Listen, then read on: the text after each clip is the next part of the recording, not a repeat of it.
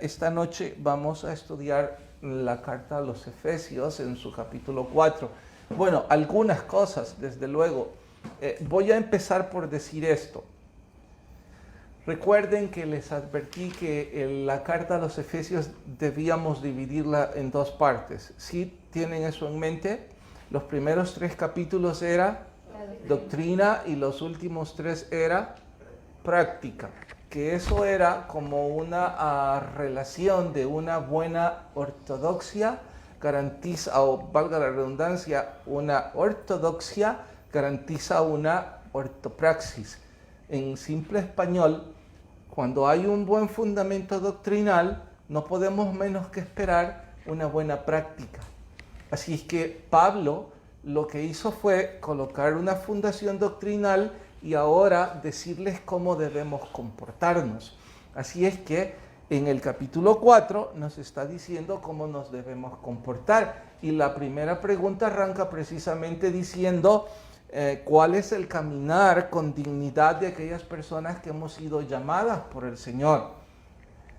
Espero que a esta hora ustedes ya hayan respondido la guía y que la hayan respondido atinadamente. Si no lo hicieron, igual que algunos amigos míos, les voy a decir por dónde caminar. En la misma carta dice que es andar como es digno. Ahí dice en el verso 2, con humildad, con mansedumbre, soportándoos unos a otros en paciencia, con amor, solícitos en guardar la unidad del Espíritu. Así es que son 4, cuando menos, cosas en las que nosotros deberíamos andar conforme se espera a guiarnos con dignidad en la vocación de nuestro llamamiento. ¿Cuáles son esas 4 cosas? Repitámoslas. Humildad, mansedumbre, paciencia, soportándonos los unos a los otros y finalmente la unidad. Esas 4 cosas. Ahora, tenemos que extendernos o ampliarnos en 2. No es que la humildad y el soportarnos unos a otros no sea importante, pero creí que hoy es más importante recalcar mansedumbre y recalcar unidad. ¿Por qué? Ya lo van a ver. Les puse en la guía que dijeran y explicaran qué es mansedumbre. Espero lo hayan hecho atinadamente y espero hayan recordado que cuando estudiamos madurez espiritual, Sanders, por cierto, ya mañana espero enviarles el PDF del nuevo libro, pero recordarán que les dije, para ese entonces que en todo el tiempo que llevo de estudiar la Biblia, que a lo mejor no es mucho y no son muchos los libros que he leído, nunca encontré mejor descripción del Sermón del Monte que el de Sanders en el capítulo, no me acuerdo, pero está en la página 94 para los que hoy quieran revisarlo. Está en la guía contestada que más tarde va a llegar a sus casas. Pero yo quiero retomar esto. Quiero retomarlo porque esto es como un manual que deberíamos estar leyéndolo continuamente. Y para aquellos que nunca se sumaron a leer el libro a fin, pues quizás hoy les ayuda. Dice, bienaventurados los mansos, eso es mansedumbre, desde luego, porque ellos, este es un púlpito, así lo dejamos, no tengan pena, gracias los que me iban a ayudar. Me voy a mojar, pero no importa. Dice, porque ellos recibirán, ¿qué? ¿Me va a agarrar la corriente? No, un trapo, no. Si tienen uno a la mano, porque si me va a agarrar la corriente, entonces sí, No vaya a ser. voy a terminar no mal de la garganta, sino de la cabeza, un poco más. Bueno, sigamos, entre tanto aparece el trapo. Porque ellos recibirán la tierra. Aquí viene la descripción de Sanders, que esto, vaya que es profundo. La mansedumbre no es una virtud de poco carácter, porque díganme la imagen que tienen ustedes de una persona mansa. Gracias, Pedro. Descríbanla. A ver, Dani, describime una persona mansa, Dócil. dócil. Es una persona que tiene sus emociones bajo control. Una persona con sus emociones bajo control. De hecho, el concepto era que tienen un poder bajo control. Un poder bajo control. Descríbanme físicamente manso. Un manso físicamente. Pasivo. Pasivo. Una persona que no esté en contiendas. Una persona que no esté en contiendas. Dice que usted dice tal. No, yo no.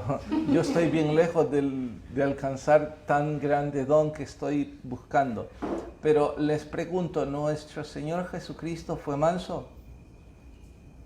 ¿Moisés era manso? Bueno, la Biblia dice que nuestro Señor fue el más manso. Y dice que Moisés era otro manso. Pero nuestro Señor tomó un látigo y sacó a golpes a los mercenarios religiosos del templo. ¿Eso les pinta a una persona mansa? Moisés se llenaba de cólera con cierta recurrencia. ¿Eso les pinta a una persona mansa? No, ¿verdad? Bueno, pues entonces doble atención. Dice que no es una persona de poco carácter. No es debilidad ni blandura de disposición. No es un caminar lento y mirada perdida. No es un sinónimo de menso. Dice, nuestro Señor sostuvo que es un elemento de su carácter al ser emulado por sus discípulos. Moisés también era manso, pero débil nada. Es la docilidad de la fuerza en reserva, no de afeminamiento. La mansedumbre es el poder de luchar con fuerza y vigor, es la actitud mental que no insiste en hacer uso de sus propios derechos. Es la actitud mental que está preparada para renunciar a sus privilegios en interés por los demás. Esta es la mejor definición. ¿Quién es una persona mansa?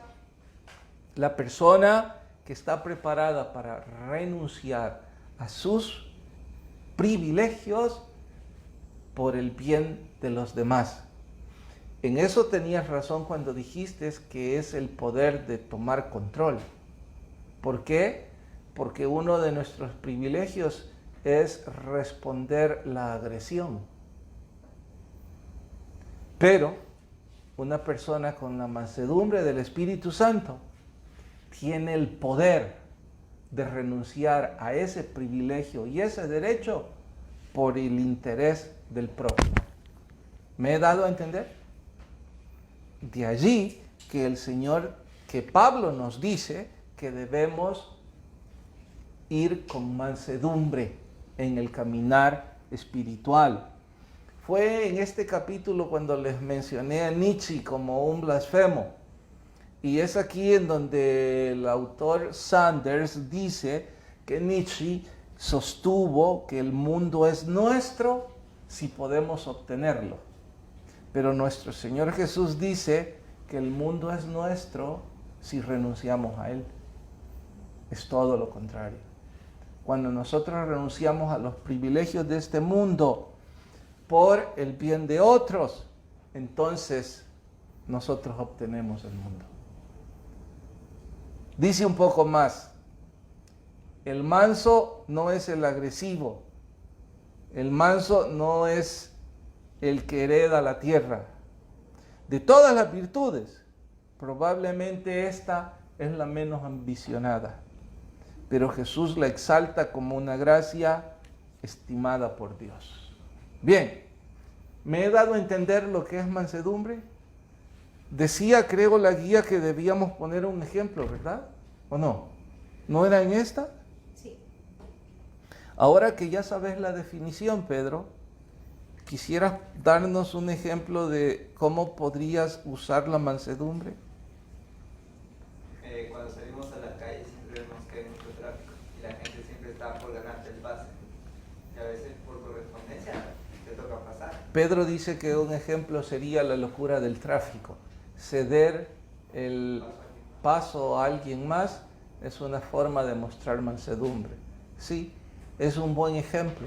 Ahora vayamos a un ejemplo que nos compromete más en nuestras relaciones interpersonales.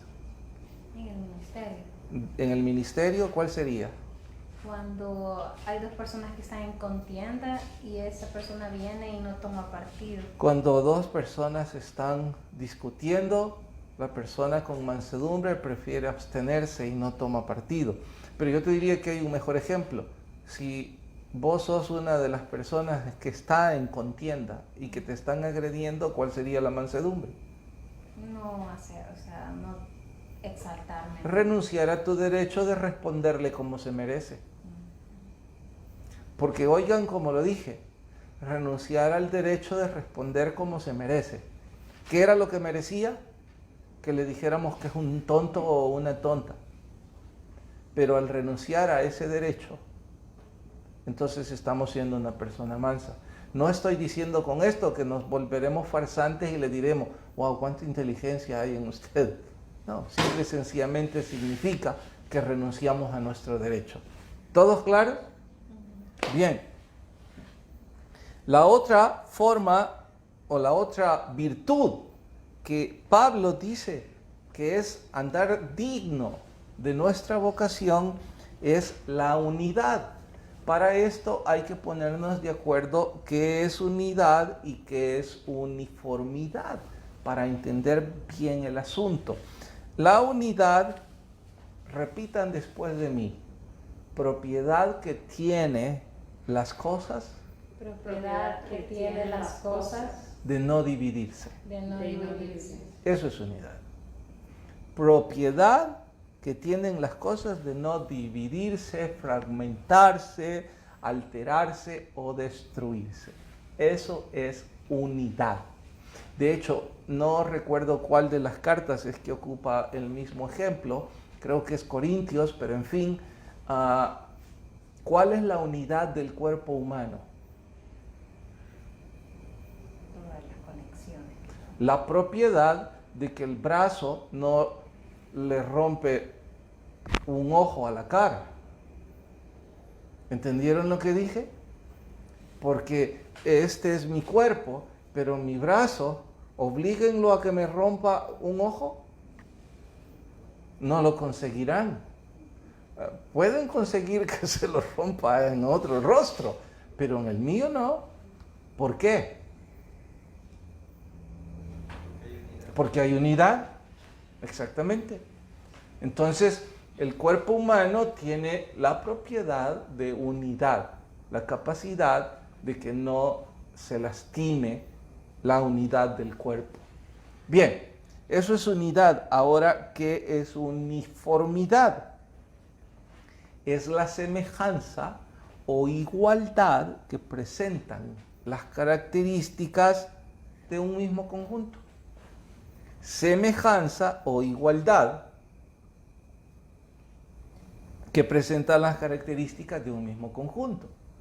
Veámoslo ahora como diferencia. ¿El cuerpo humano tiene uniformidad? Es simétricamente perfecto. Simétricamente perfecto, pero ya ocupaste otra propiedad. Yo no hablo sobre simetría, hablo sobre uniformidad. No, porque tienen uno cada su función. Exactamente. Es un conjunto uniforme. No es uniforme. Se los voy a comprobar. ¿Mi brazo se parece a mi pierna? ¿Cuál es la definición de uniformidad? Igualdad y semejanza. ¿Mi brazo se parece a mi pierna? No. Entonces no hay uniformidad. Pero sí hay unidad. Mi brazo no va a golpear mi pierna, jamás. Entonces lo que Pablo nos está exhortando es que la iglesia de Cristo debe ser unida, no uniforme. En simple español dice que no debemos dividirnos, fragmentarnos ni autodestruirnos, aunque seamos diferentes. Ahora está fácilmente definido. Pablo, desde luego, ya no está hablando de doctrina, ahora está aplicándolo a nuestra vida diaria, y en honor a ello paso yo a la siguiente pregunta y la aplico a la iglesia actual y digo: ¿en qué deberíamos tener unidad las diferentes denominaciones evangélicas?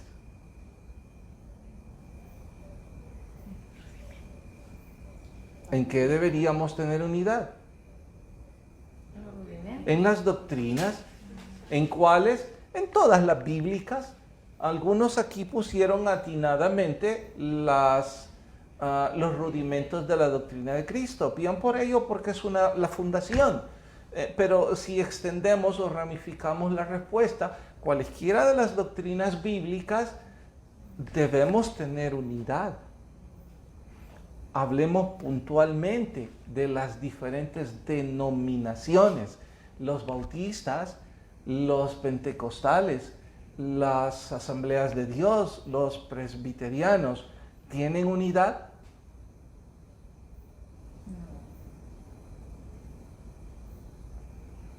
Vaya, ahora noten por qué era importante que abordáramos este tema. ¿Tienen unidad? Repito la pregunta, ¿tienen unidad? Yo digo que no. Aquí están con ganas de levantar una nueva secta. Bien, les cuento, esas denominaciones tienen unidad porque comparten la fundación, la creencia en la fundación de las doctrinas. No tienen uniformidad. Son bastante diferentes en cuanto a su liturgia y en cuanto a la interpretación de algunas cosas que no corrompen la doctrina de Cristo. Entonces, el hecho de que no seamos uniformes nos desune, no. La unidad en Cristo se mantiene, aunque no tengamos la uniformidad. Entonces ahora les puedo preguntar, ¿es mi hermano en Cristo, si yo soy pentecostal, el que se congrega en la iglesia bautista? Por supuesto que sí. ¿El que se congrega en la iglesia asambleas? Por supuesto que sí. Pastor, ¿y entonces por qué usted recomendó que cuidado con los que son parte de otras congregaciones? ¿No les dije que el peligro era romper la unidad? Les dije que el problema es que no éramos uniformes y que esa falta de uniformidad, cuando la alianza es íntima, empuja al riesgo de romper la unidad en Cristo. ¿Ejemplos, pastor? Oh, sí, muchos. Ahora mismo podría ser uno. Si aquí los que estamos no tuviéramos la madurez, que no sé si la tenemos, en Cristo, y hay bautistas y pentecostales, y este es un culto, les puedo asegurar que los pentecostales estarían pidiendo un culto diferente al de los bautistas. Y eso les puede dividir. Pero sí, si ellos tienen la fundación de la doctrina, somos hermanos en Cristo.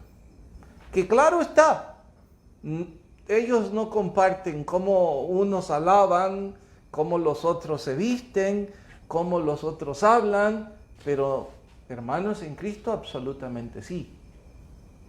No así con otras religiones. Hay diferencia entre denominación y religión. ¿Qué pasa con las otras religiones? No hay unidad.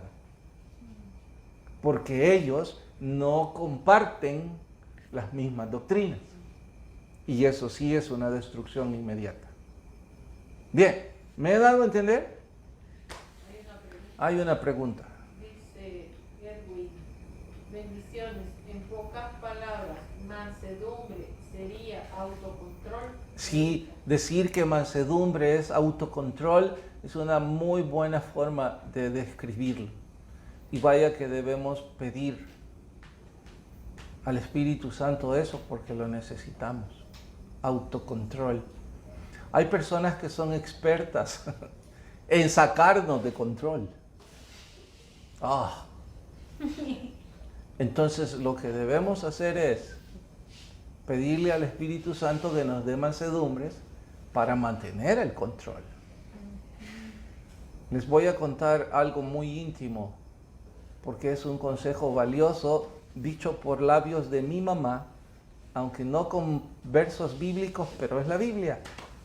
Dice mi mamá, que no descubran cuando estás enojado, porque entonces mostras tu debilidad. Y yo siempre digo, ¿cómo querés que estoy enojado? Bueno, allí es donde necesito mansedumbre, en donde necesito control. Y esto no viene si no es como un don de Dios, pidiéndoselo al Espíritu Santo y desarrollándolo. Bien. Ahora tenemos que cambiar un poco. Wow, ¿notan cómo este capítulo va de un lado al otro? Digo de un lado al otro porque sin permiso, se mete a la cautividad cautiva, se mete bajó al centro de la tierra, y voy a decepcionar a los que quisieran que ahonde en eso, porque esta vez quisiera más bien ocupar el tiempo en las connotaciones prácticas. Y eso me empuja a irme hasta la pregunta número 8, en donde dice que debemos citar la lista de los 5 ministerios que el Señor constituyó. ¿Cuáles son los ministerios? Apóstoles, profetas, evangelistas, pastores y maestros. Listo. ¿Cuáles de estos son para nuestros días? Evangelistas, pastor, todo. Dani dice, ya cambió. Dani dice que solo son los evangelistas, los pastores y los maestros. Ok, ¿qué hacemos con los apóstoles y los profetas? ¿No son para nuestros días? Yo me atrevería a decir que no. Ella está sonriendo y con humildad dice, no, yo me atrevo a decir que no es para nuestros días. ¿Y en Sudamérica qué dicen? ¿Son para nuestros días? En Sudamérica sí. Yo pienso que sí. ¿Pensás que sí? Bueno, este es el asunto. ¿Podrían ustedes establecer un orden jerárquico de quién es más? ¿Quién, en cuanto a quién de estos ministerios tiene mayor o menor autoridad? Yo creo que sí hay un orden jerárquico en honor al texto bíblico. Quizás mayor responsabilidad. O mayor responsabilidad, pero eso es mayor autoridad también. Entonces, ¿cuáles son los de mayor responsabilidad o autoridad? ¿Pastores? Los apóstoles. Obviamente los apóstoles. Ese fue un nombre dado solo a los 12. Después de ellos, ¿cuáles seguirían? Los profetas, en honor a la cercanía con el Señor en cuanto al don de profecía. Y después pondríamos al mismo nivel quizá a los otros 3. Algunos creo que me van a preguntar, Miri, ¿cuál es la diferencia de estos? Bueno, voy a intentar de resumir. Evangelista es aquel predicador que tiene el don de animar a inconversos venir a los pies de Cristo. Regularmente los evangelistas son personas muy carismáticas y muy emotivas. Regularmente el evangelista es un predicador bien distante a lo que yo soy. A mí me cuesta mucho trabajo preparar sermones evangelísticos. Y sí lo hago de acuerdo a la ocasión y me siento frustrado cada vez que no lo consigo. Creo que es un don. que no sé si el Señor quiso dármelo o yo no lo busco como debo. Pero en fin, ¿quién es un pastor? Pastor es aquel que alimenta un rebaño y que cuida a un rebaño. Un evangelista no necesariamente es pastor. De hecho, los evangelistas tienen la virtud, no tienen la virtud, la gracia, no sé cuál es la palabra, pero me van a entender. Tiene el bien de que llega a predicar y no le importa quién llegó y quién no llegó. Pero un pastor, ay, pobre de él. Si la iglesia faltaron 20 o 2 personas, como él es responsable delante del Señor de ese rebaño, cuando esas personas faltan, él se siente triste, mal, culpable, porque se siente responsable. Es la diferencia de un pastor. Siguen. Hay dos preguntas De esto, de lo anterior. termino esto y regreso. ¿Quién es un maestro? Pues lo más cercano a un maestro es un instructor. Y con toda la humildad del caso, yo sugeriría que lo que estoy haciendo esta noche es instruir la Biblia. Y que eso es lo más cercano a un maestro. Ahora, ¿quién es un apóstol? Literalmente hablando, solo los 12. ¿Y quiénes son los profetas? Aquellos que tienen el don de profecía en cualesquiera de sus connotaciones. Ahora que ya hicimos un orden jerárquico, yo preguntaría, ¿para qué son los ministerios? Para edificar. Para edificar. Ahí lo dice, es la siguiente pregunta y está la respuesta. Dice que es para la edificación del cuerpo de Cristo. Entonces, el uso de los títulos edifica a alguien. Que yo venga y les diga que soy un maestro reconocido, les va a edificar de algo. Es más, ¿qué es lo que van a pensar ustedes? Qué engreído, cuánta vanagloria, cuánta soberbia. No sirve de nada que yo reclame un título para instruir, ¿cierto o no? Entonces, ¿por qué algunas personas reclaman los títulos de mayor autoridad, como el de apóstol? ¿Para qué son los ministerios? ¿A quién edifica que ellos se crean que están en la posición más alta? ¿Qué es lo único que consiguen? Vanagloria. Pastor, ¿está dudando que lo sean? Ni siquiera me importa si lo son o no. Solo estoy diciendo lo que la Biblia dice. ¿Para qué son? Para edificación del cuerpo de Cristo. Edifica que me salude el pastor fulano, el maestro fulano, el profeta o el apóstol fulano. No me edifica nada. De ahí que, ¿para qué usarlos? Ustedes saquen sus conclusiones. Siguen. Preguntan, en algunas denominaciones creen que la salvación se pierde y en otras no se pierde. ¿Aún así hay unidad? Sí, algunos creen que la salvación se pierde y otros creen que no se pierde. Les pregunto, si la salvación se pierde o no se pierde, ¿es fundación de la doctrina de Cristo? ¿Es una doctrina fundamental? ¿Qué es la doctrina fundamental respecto a la salvación? Que la salvación es por gracia y por fe en Cristo. Eso sí es fundamental, pero que ahorita por el pecado en que anda viviendo varios de aquí creen que la perdieron o viceversa. Bueno, eso tienen que arreglarlo ustedes y el Señor. Así es que no por ello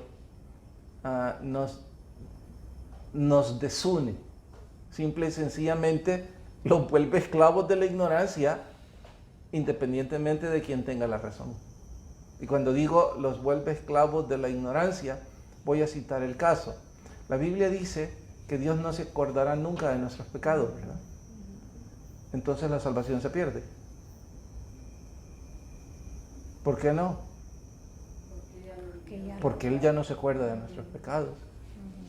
La ignorancia en cosas así nos lleva a revolcarnos en nuestro pasado y a veces a esclavizarnos y a no salir de él. La otra. ¿Cuáles son las partes bajas de la tierra? Ay, ¿Puedes explicar? están tentados a que me meta a la cautividad cautiva, pero hoy estuve viendo un sermón de Adrian Rogers en donde yo debo aprender a decir no. Perdón, hermano, que ha hecho esa pregunta, pero es que para poder introducir ese tema necesitaría 15 minutos y apenas me quedan 5 o 10 con las demás. Pero sí está grabado, ¿verdad? ¿Saben qué? En YouTube. Está en YouTube. Lo vamos a buscar y se lo posteamos, Balta, porque sí está explicado. ¿Por qué están riendo? Porque Balta es el que lo va a hacer. Él siempre está animado que él quiere hacer esas cosas. Ok. Bien. ¿Dónde voy? ¿Quiénes son los niños fluctuantes entonces? A ver, cuéntenme qué escribieron ustedes. Escribimos que No son importa todo lo que han escrito, pero cuéntenme eso. ¿Qué pensaban? los que no han alcanzado una madurez espiritual, creo que sí. Ok, esa es una forma de decirlo. Los que no han alcanzado madurez Y que son espiritual engañados por los estratos. y que son engañados por las estratagemas y artimañas del enemigo. Entonces, un niño fluctuante es el que no tiene raíces doctrinales. Y les pregunto, ocupando todo ese vocabulario en la iglesia de Cristo, ¿quiénes son los que no tienen raíces? Los novatos o nuevos. Solo los nuevos. Mentira. No. Yo conozco varios nuevos que no son niños fluctuantes. En Facebook dicen que los de doble Los que ánimo. no quieren crecer, Los de doble ánimo dicen. los que no buscan la unión, los que son de doble ánimo. ¿Quiénes son los niños fluctuantes? Los que no estudian la Biblia, no echan raíces. Ahora descríbanme a los fluctuantes, cambiantes. No son constantes. Van de una iglesia a otra. ¿Ustedes quieren un niño fluctuante? ¿Cuántos años lleva el Evangelio? Y pregúntenle cuántas iglesias lleva también. ¿Cuántos ministerios? Y pregúntenle cuántos ministerios. ¿Por cuántos ministerios han pasado? Y también pregúntenles por cuántos conflictos han pasado. Y después de haber pasado por todos esos conflictos, por todos esos ministerios y por todas esas iglesias, siguen sin estudiar la Biblia. Ahora, pregúntele usted a una persona que estudia la Biblia si va a estar de iglesia en iglesia, ministerio en ministerio o conflicto en conflicto. No tienen tiempo. ¿Por qué? Porque están en la palabra. Esos son los niños fluctuantes. ¿Cómo se sale de ser un niño fluctuante? Estudiando la palabra. Platicando la palabra. Compartiendo la palabra.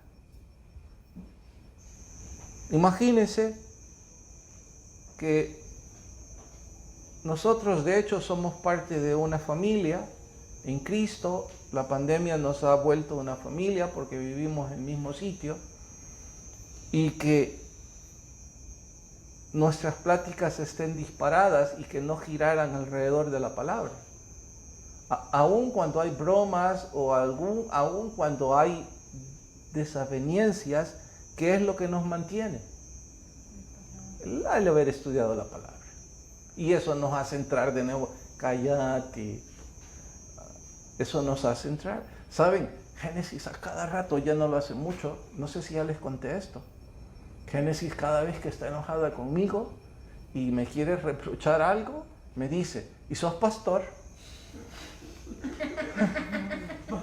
¿Y saben cómo le he aprendido a responder? ¿Y sos hija de pastor? Entonces, finalmente, ¿qué nos tiene que unir a los dos? El vínculo del pastorado, ¿no? Bueno, el estudio de la palabra. Bien. Ya escuchó su nombre, viene ahí atrás. La causa del entendimiento entenebrecido. Esto suena a una historia de terror, tenebroso. La causa del entendimiento entenebrecido. Es en español un intelecto oscuro, sombrío, sin propósito, sin luz. ¿Cuál es la causa de ese entendimiento? En resumen, Andar en la vanidad de la mente. andar en la vanidad de la mente. ¿Y cómo se sale de la vanidad de la mente? Pablo dice eso, la vanidad de la mente. Pero ¿cómo se sale de la vanidad de la mente? Estudiando la palabra. Otra vez, profundizando en la palabra. Deme ejemplos prácticos de entendimiento entenebrecido. Creer que por nuestros dones somos buenos en hacer las cosas. Creer que somos buenos por nuestras habilidades. Sí, ese es un buen ejemplo de entendimiento entenebrecido. Vanagloria. Les pregunto, ¿pensar que el homosexualismo debe aplaudirse, consentirse y promoverse es entendimiento entenebrecido? Como querer ser modernos. ¿Por querer ser modernos? Les pregunto, ¿apoyar la muerte de bebés es entendimiento entenebrecido? ¿La sodomía? ¿El abuso infantil? ¿Todo eso es entendimiento entenebrecido? ¿El feminismo? ¿El dividir el cuerpo de Cristo? ¿Es entendimiento entenebrecido? Bueno, ¿por qué viene todo eso? Por no estudiar la palabra. Una persona que estudia la palabra, y una vez el Espíritu Santo le dice, estás loco, ¿y cómo vas a estar apoyando el homosexualismo? Una cosa es que respetes a los que han caído en ese pecado y les mostres amor para que sean restaurados, y otra cosa es que salgas con una pancarta, ¿verdad? Como un ejemplo. Bien. ¿Quiénes son los que se lanzan entonces a toda clase de impurezas?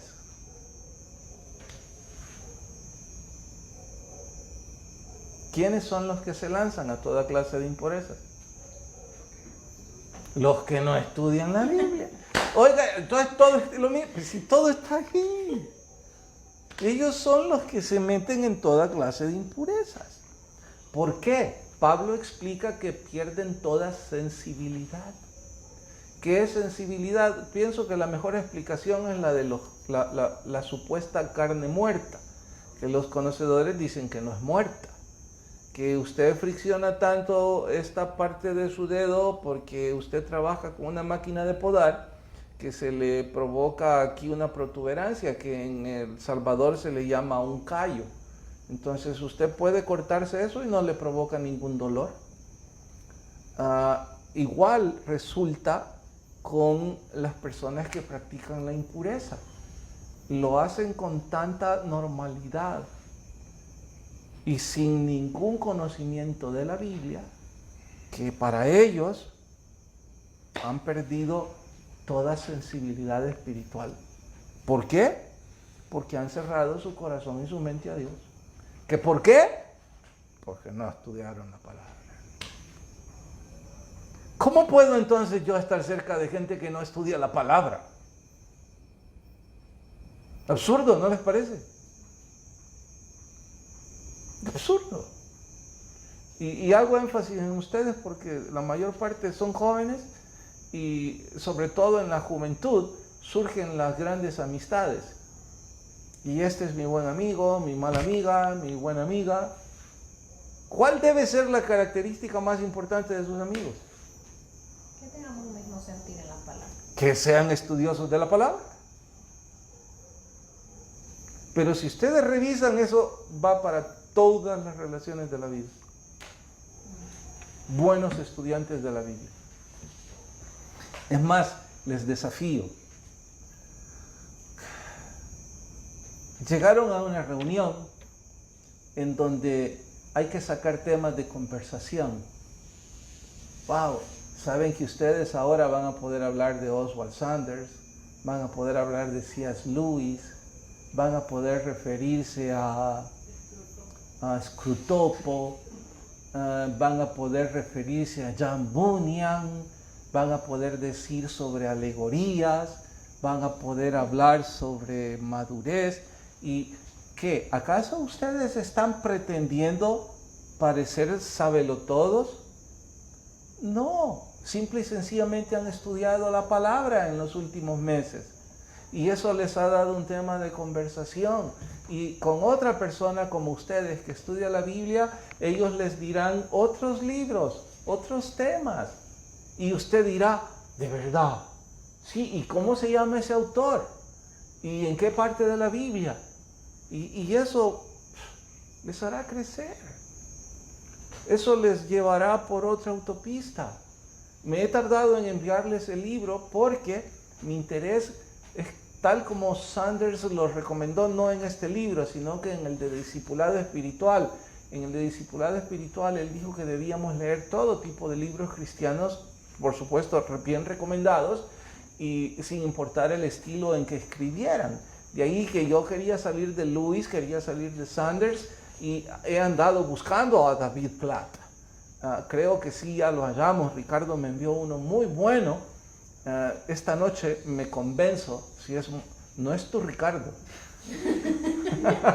Sí lo es, Alexa. Ella saltó de felicidad aquí. Sí lo es. Entonces, ya lo empecé a leer y sí me ha gustado. Bueno, no estoy diciendo que nosotros llegamos a la madurez espiritual. Solo estoy diciendo que Dios, Señor, gracias porque nos permites que nuestras conversaciones sean a través y por medio de tu palabra. Pero no, en lugar de eso, tengo un grupo con el que me reúno. ¿De qué hablo? De la pandemia, de todas las cosas feas que aparecen en internet, del Facebook, de dinero, de bromas sucias, de modas de carros, de modas de ropa, de mujeres los hombres, de hombres las mujeres. Bueno, perdieron la sensibilidad. ¿Qué hacer con nuestra vieja manera de vivir? Despojarnos. ¿Qué es despojarnos? Quitar. Y después de despojarnos dice que hay que renovarnos. Bueno, si ya me quité esta ropa sucia y vieja, pues ahora me voy a poner una nueva en Cristo.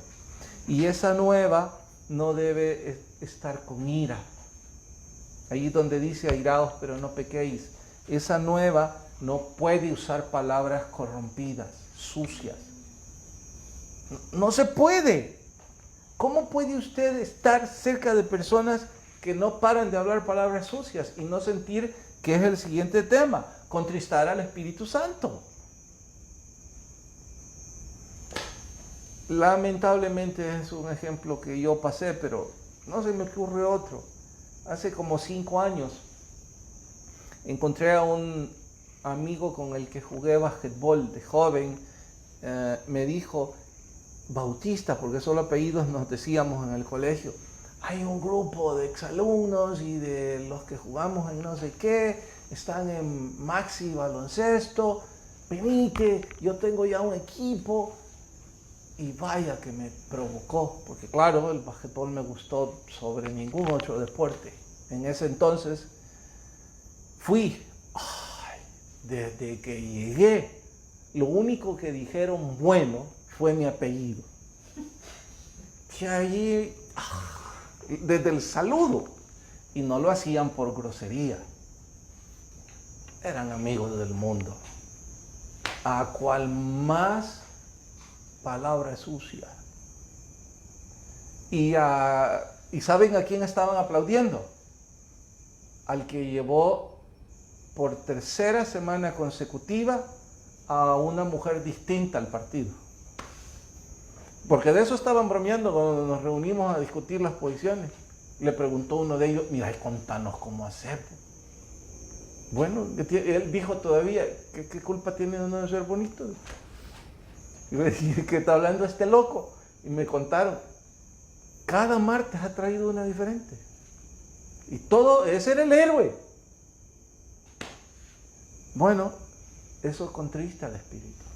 Y no es que yo me la llevé de sano. Me dio risa. Creo que disfruté algunas de esas groserías. Hasta que el Espíritu Santo me llamó la atención y me acongojó y me dijo, ¿cómo puedes estar disfrutando esto? Ellos no están mal porque no conocen a Jesús. El que estás mal sos vos.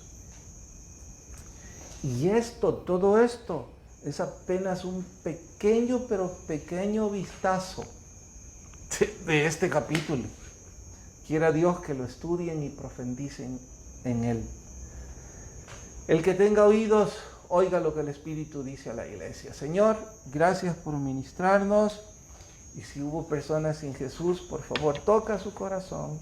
Qué emocionante pensar que el otro miércoles estaremos ya en tu casa, Señor. Por favor, guárdanos. Danos tu bendición. Gracias, Señor, por ser tan bueno. En Cristo Jesús. Amén y amén. Dios nos bendiga a todos. Pasen buenas noches.